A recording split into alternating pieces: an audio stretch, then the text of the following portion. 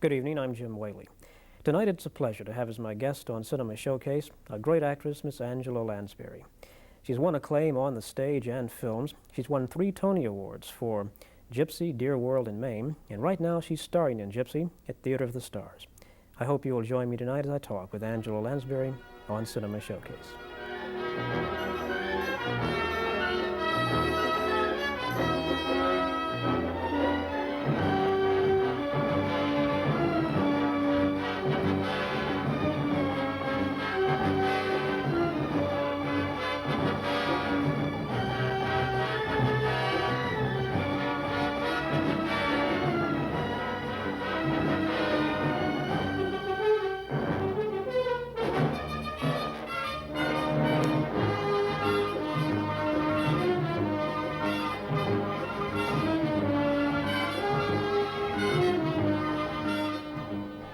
Good evening. Thank you very much for joining Cinema Showcase tonight. And right now, join me in welcoming to the program and to Atlanta, Miss Angela Lansbury. It's a pleasure to have you here. Thank you, Jim. Gypsy, could anything be called, do you think, a surefire hit? I think Gypsy kind of fits that description, don't you? I suppose so. It has all the components of being a great entertainment, certainly. It does for me. Yeah.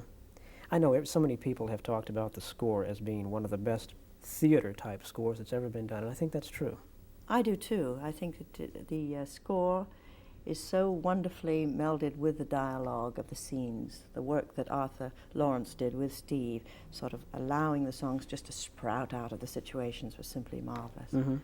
And also attests to Steve's extraordinary understanding of character and the use of character in songs rather than just, you know, going into a jolly melody because it's time kind of attitude, you know. He, I guess, is one of the few people to really do that these days, isn't he? Well, I think more composers. Actually, Rodgers and Hammerstein were pretty good about it. They were pretty fantastic, in fact, and I think that Hammerstein had a tremendous effect on Steve as a young composer, and probably was behind a great deal of his early work. Where do you think we stand today as far as musical theater goes in this country? Everyone talks about the golden age as having been in the 40s and 50s when Rodgers and Hammerstein and Lerner and Loewe and Cole Porter were writing hit after hit. The songs were very melodic and so forth. Do you think, what kind of shape do you think the musical theater is in today? Well, unfortunately, on the one hand, I think it's still entertaining people like crazy, but using a different kind of format. They're taking old shows, revamping them, reworking songs, new arrangements, and I'm thinking of Timbuktu particularly at this point, which is a tremendous success in New York and was the old musical Kismet. And but why are they doing this? Because they don't seem to be able to find any original material to base a musical on. And why is that? I think it's because our society has altered so much that whereas we were able to take a rather conventional situation and weave songs and dancing into it, and we would have a lovely musical. Nowadays it seems hard to find those incidents in our modern day life in which we can really put that kind of frivolity. It's very strange. It's rather an interesting observation, I think, of our times.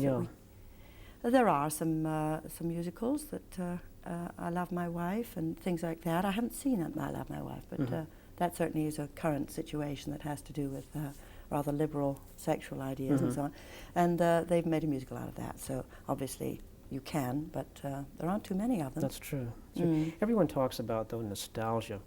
And someone gave a good definition of nostalgia recently when they said it's not nostalgia at all when it comes to going to see The King and I again or Carousel again. It's merely recognizing or re-recognizing a good thing. I agree with you, and I've always said that I don't look upon those outings of good shows as revivals. I think they're recreations. And people say to me, you know, why did you choose to do a revival of Gypsy? And I said, I think rather succinctly, you don't talk about reviving Shakespeare, you do a new production of it. And I think when you have a classic property, and Gypsy is one of those, there's no question in my mind about that, you do a new production. And why not? You do new productions of Private Lives. And people say to me, why do you keep on doing Gypsy? Or I could say, well, why does Maggie Smith keep on doing Private Lives, you know? Because it's a heck of a good property. Yeah. It's a wonderful piece of theatre. And I think people will come back and see again and again a show or a play that is really fine entertainment. That very thing really sometimes angers me when people are talking about composers. They think a composer has to be dead for 200 years for his work to be classic. And Yes. that's not true. Oh, no, indeed not. Indeed not. I think that's being proven more and more. Although our music at the moment is hard to sort of nail down, hard to isn't pin it? down, It's very yeah. hard to know what... although there's so many different kinds of music. It's like when I was traveling through the Middle West. Mhm. There's so much country western. And I was talking to people who'd come from the East, and they said, when I first arrived here, I couldn't stand listening to it. And then they say, but you know something? It grows on you, and now I'm very fond of it, and I understand why it is so popular, Mhm. and I really dig it. So I think obviously, it's an exposure situation. Exactly, If I you're was going to exposed say. enough to it, it grows on you. It becomes part of your kind of listening enjoyment. Yeah, I think you so much narrow your area of enjoyment if you say just point blank, I don't like that. Give No. yourself a chance, maybe. I think you have to. It's difficult, though. Yeah. It's awfully difficult to kind of open up those areas that are closed off to certain Yeah. things. This is true of everything in life. Let's talk about the character of Rose for a few minutes in Gypsy, because this is, to me, it's one of the most fascinating characters I think that's ever been written in Mhm. musical theater. And it could be, in fact often is, a rather unlikable character.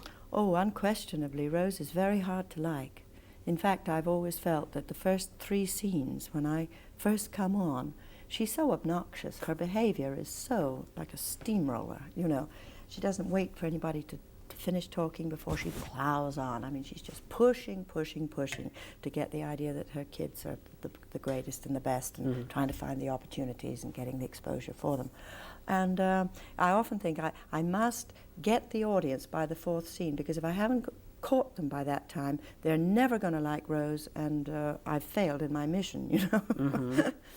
It's very hard to like Rose at the beginning. Can that happen, though? I guess this would apply to any play. Can you fail in what you set out to do, even though, let's say, you did it last night? I don't think you can, because of the way that the show is constructed.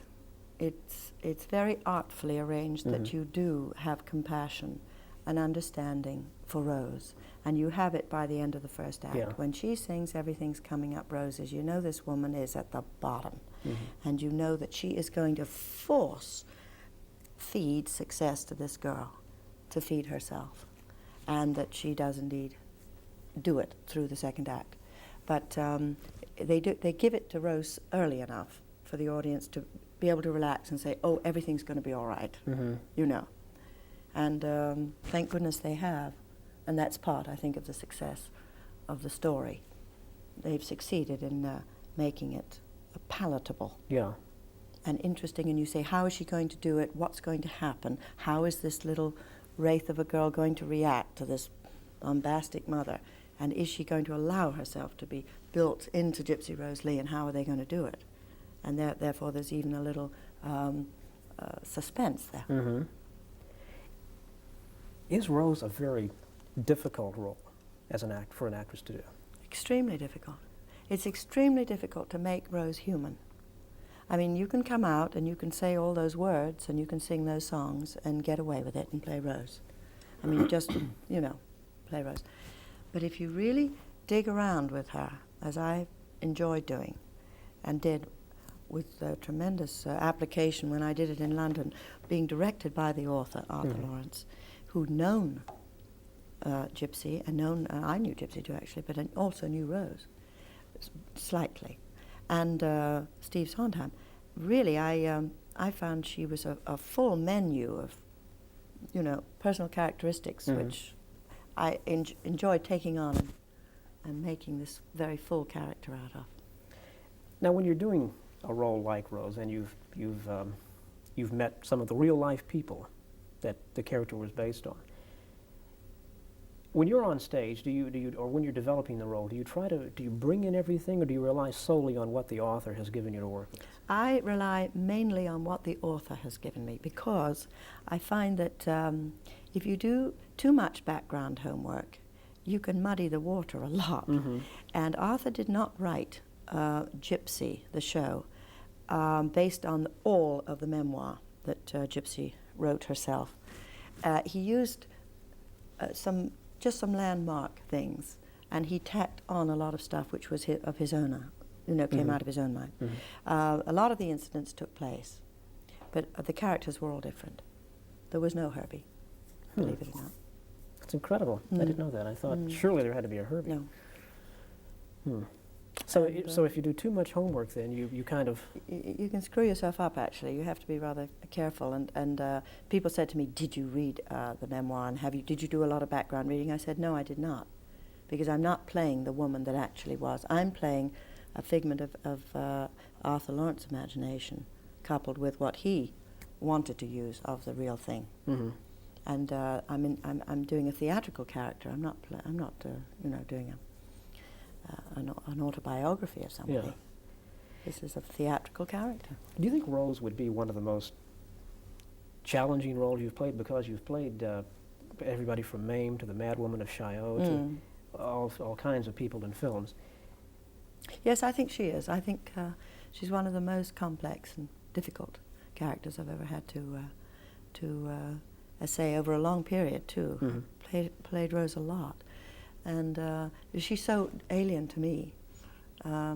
We are just the antitheses of one another. So it's interesting to because people are always looking for vestiges of Rose in me. They're saying, "Well, are you like Rose? Do you treat your daughter like Rose treats Gypsy?" And that, because my daughter, is in the show, and she plays one of the strippers. It's interesting that they say, "Do you have any of the same tendencies as a mother? As a stage mother?" I don't, but I do find that I like to watch her every night. I'll stand in the wings and I'll watch her. Mm-hmm.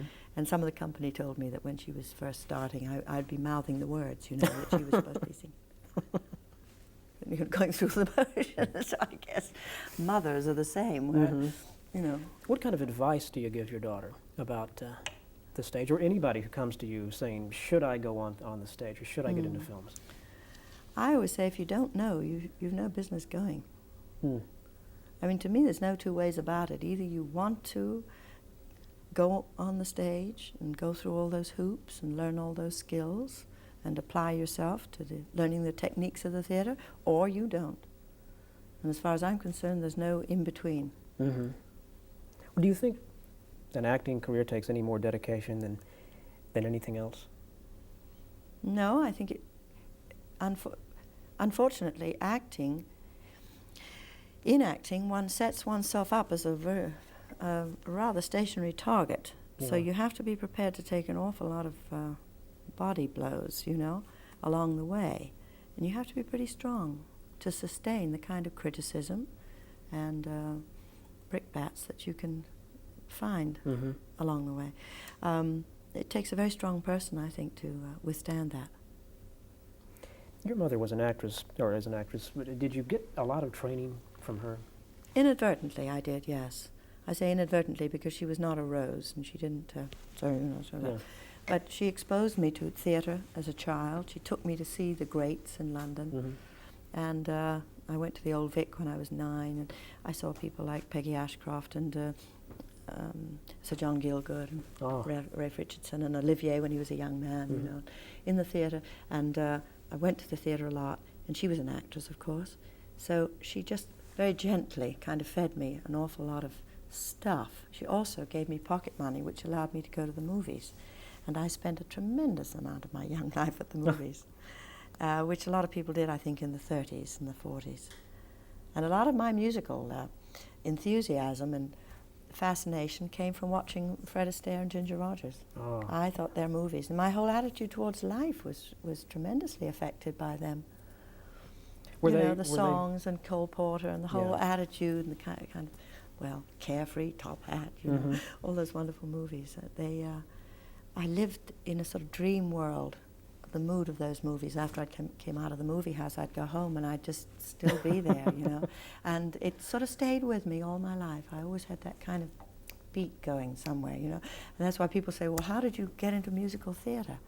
It's because I had all that, just all there, And so when I did name, it just was as easy as wink, because I'd seen it all. I'd done it all, you know, in the living room, down the sidewalk, in the bathroom, everywhere. You know, I'd always been posing and posturing around and singing and carrying on. That's wonderful. It must have been incredible, though, going to MGM at such an early age where so many of these musicals were made. It was still happening, you see, it was Yeah. still going on. So it was really like living a dream when I went to MGM, and down there on stage 3, they were rehearsing those great numbers, you know, those MGM musical numbers.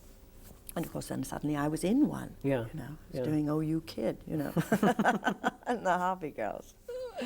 How did Gaslight come about? Because you made this film when you were 17 or 18 Yes. for George Cukor at MGM, and ended up winning an Academy Award nomination for your first film. How did it all come about? Well, I was in Los Angeles with my mother, and I'd come out from New York, all kind of freshly pressed and ironed and trained, you see, to be an actress, and nothing happened.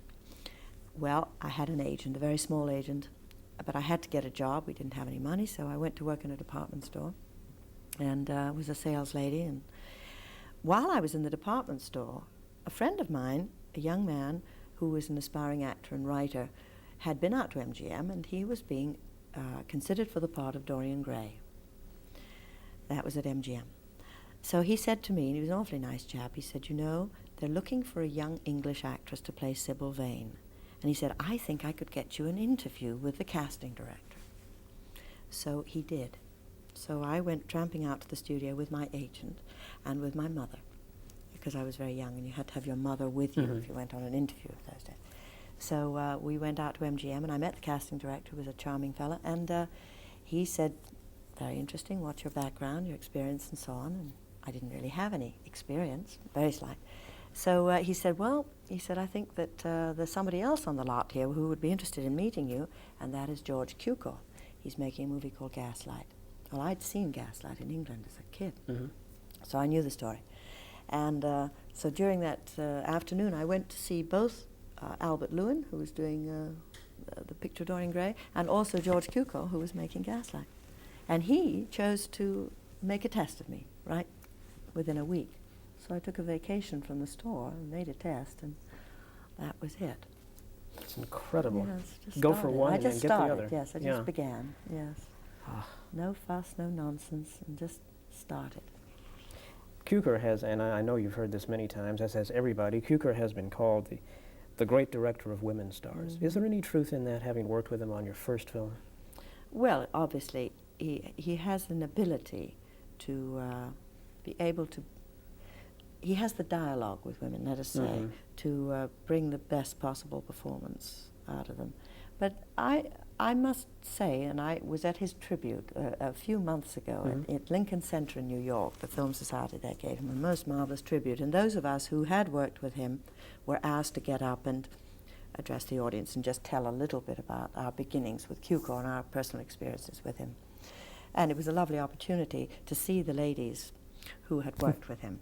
Not that too many were there, because of course Garbo wouldn't come, but the big surprise of the evening was that Hepburn came. Oh, yeah. But what I realized after I thought about it at great length was that he worked with two tremendous actresses on a number of occasions, and one of them was Garbo and the other one was Katharine Hepburn. Many movies he made with Hepburn. So, and she just happens to be one of the best actresses around. Yeah. So when they say that he worked marvelously with women, he just did fantastic things with Hepburn, but she did fantastic things for him, you see, too. So I think it worked worked, both ways. it worked both ways. And of course Garbo as well. Yeah. And but he does. He's a terrific fun to work with.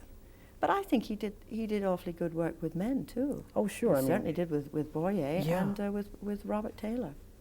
That's right. So you can't say that he was only good with women. That's not true. He was very good with anybody who could understand, you know, his sort of dialogue. All right, what about Albert Lewin? This is a filmmaker who has fascinated me because he only made 8 or 9 films, and you were in 2 of them, I know. What was Albert Lewin like? Well, he was an extremely academic man. I'm sure you know that. He was a professor of English, I think, at Columbia or one of the Eastern colleges. And he was fascinated with words. He wrote his own scripts, I think, in most instances. He certainly wrote the script of of Dorian Gray, adapted it from the Oscar Wilde, and he was he was a most nitpicking director. I think he had a marvelous kind of overall concept of what he wanted. The visual was terribly important. He was absolutely hung up on symbolism and objects. Omar Khayyam, too. Oh, absolutely, yes. And if you look at any frame of any of his movies, if you look carefully, you will see how people are placed in relation to a light, a shadow on a wall, which might be a crucifix or something, just a trick of light or something. But he would spend hours setting up these frames, and which make his movies extremely artistic for anybody who's interested. And I think a lot of movie buffs are aware of that, and they like to see them over and over again. Because I think he made some fine black and white pictures. I think Dorian Gray as a black and white picture, was absolutely glorious. Oh, yeah. Really classically well shot. Absolutely. And you did Private Affairs of Bellamy. Private Affairs of Bellamy, yes. Yeah. Which was a different kettle of fish entirely. But, of all the films you've done, which ones stand out to you? it's hard to say. I haven't made that many movies, as you probably know. Certain ones stand out, obviously, like The Manchurian Candidate. Yeah. Some stand out more to me than they do to the average audience, I suppose, like All Fall Down, I was very fond of. Something for Everyone, because it's a more recent movie, and I haven't made movies until this past year, as you know, for about 8 years. Been so tied up with theatre. When you think of the number of movies I made, you'd think I'd remember more. But they don't stick in my mind. Dorian Gray obviously does, and so does Gaslight, because they were early days, you see. The Long Hot Summer I'm rather fond of. Dark at the Top of the Stairs. You're naming some of my favorites. Oh, good. Well, then but Something for Everyone, I'm glad you mentioned, because that's a personal favorite of mine. I mean, you can see it. It's what's known now, I guess, as a cult movie, because it plays all over the country every month. Why do you suppose this is just now being appreciated? I can't understand it. I don't really know why. I don't really understand what the attraction is. I think it's an interesting premise. The movie has an interesting premise. It has a lot of kind of grey areas that you can't quite say, what? You know? And a few not so. But it was fun to shoot, I'll tell you that. Well, you shot in beautiful locations in Germany. I had great fun putting that character together. You know, I can imagine. Yes. She was based on a lot of women that I'd seen as a child. Anyone we can talk about, or? No, they all came, they're all sort of ladies in the magazines, you know, of that era, that pre-war 1939 era. Yeah. Which I grew up in, you see. And even as a young child was very aware of certain international types, and that Countess was one of them. So. You're going to be working with Harold Prince again, aren't you? Yes. Is that an exciting Oh, project? yes. I think it's going to be very interesting. It's a real Victorian melodrama, and it's going to be very macabre indeed. Good. Very. Good. I like the idea already. Sweeney Todd. Sweeney Todd, the demon barber of Fleet Street. And his accomplice, Mrs. Lovett. And I'm Mrs. Lovett. She's really something. It's going to have a score by Sondheim. By Stephen Sondheim, yes. I'm longing to work with him again, because Gypsy was marvellous to work with him on, and also Anyone Can Whistle, which was his first musical, you know. That's right. Yeah. There again, the collectors for a long time prized that album from Anyone Can Whistle, and Still it's just do. been reissued, I think. Yes, it's been reissued under this gold label heading. There again, there was a show, I guess they're saying ahead of its time. I'd say so, yes. But has some good numbers. Yeah, terrific. Absolutely. Lovely songs. Several are coming back. Anyone Can Whistle is one, and With So Little to Be Sure Of, which is a lovely song. Yeah. Let me ask you about Dear World, because talking about great scores, this one has I think, an absolutely beautiful Jerry Herman score, including one of my favorite songs, I Don't Want to Know. How do you feel about this, the score? I think it's one of the loveliest scores I've ever performed, from a point of view of melodies and, you know, content. I Don't Want to Know was a superb number that Jerry wrote in a tremendous hurry in Boston. It was one of those late night jobs, but it turned out to be the most exciting number in the show. And it evoked so marvelously the awful turmoil of this old lady in modern society. And I think it was enormously effective in that particular spot in the show. When you hear it, when you understand the story, it means that much more. But that's what's so often true of show tunes. If you hear them out of context, they really don't have much dramatic sway with you, you know. But if you do know the story behind the song, it's terrific. Yeah. And that's one of, I mean, that's why it hasn't become a standard, I'm sure. Do you have a favorite Gypsy song? I love Small World. I think it's an absolutely lovely song. I love them all. I love every song. You know? That's true. There are some scores like that where you can't really say that's the best song or that's the best song. No. Or take a score like The King and I, for heaven's sake. That must have been, I would think, a wonderful experience to play in that show. Oh, The King it and was. I. Yes, it was a tremendous about face for me because I'd never done a costume piece like that on stage, and I'd never sung in my soprano voice, which I don't use normally. And it took me a good 5 weeks to learn it and to work at it, and then I only went in for 3 weeks, so it was a lot of work. But it was rather like just doing something as an exercise. And a lot of people say, "Why are you doing it? You know, why? Who, you know?" I said, "Well, it's a terrific spring experience for me, and I wasn't doing anything else at that time, so it just worked out beautifully, and I was delighted." I understand Richard Rodgers is working on a new musical. Yes, I think he is. That's great. Yes, he's working on a musical of, what is it now? Oh, I Remember Mama. Good. For Lee Ullman. Good. Anytime we can have a new Richard Rodgers musical, I think is wonderful. He's a great guy. I want to urge everyone to go see you in Gypsy at Theatre of the Stars, and I want to thank you so much for coming by, and come back and see us again. Thank you. I'd love to. Thank you. Thank you. My thanks to all of you for watching. Until next time, good night.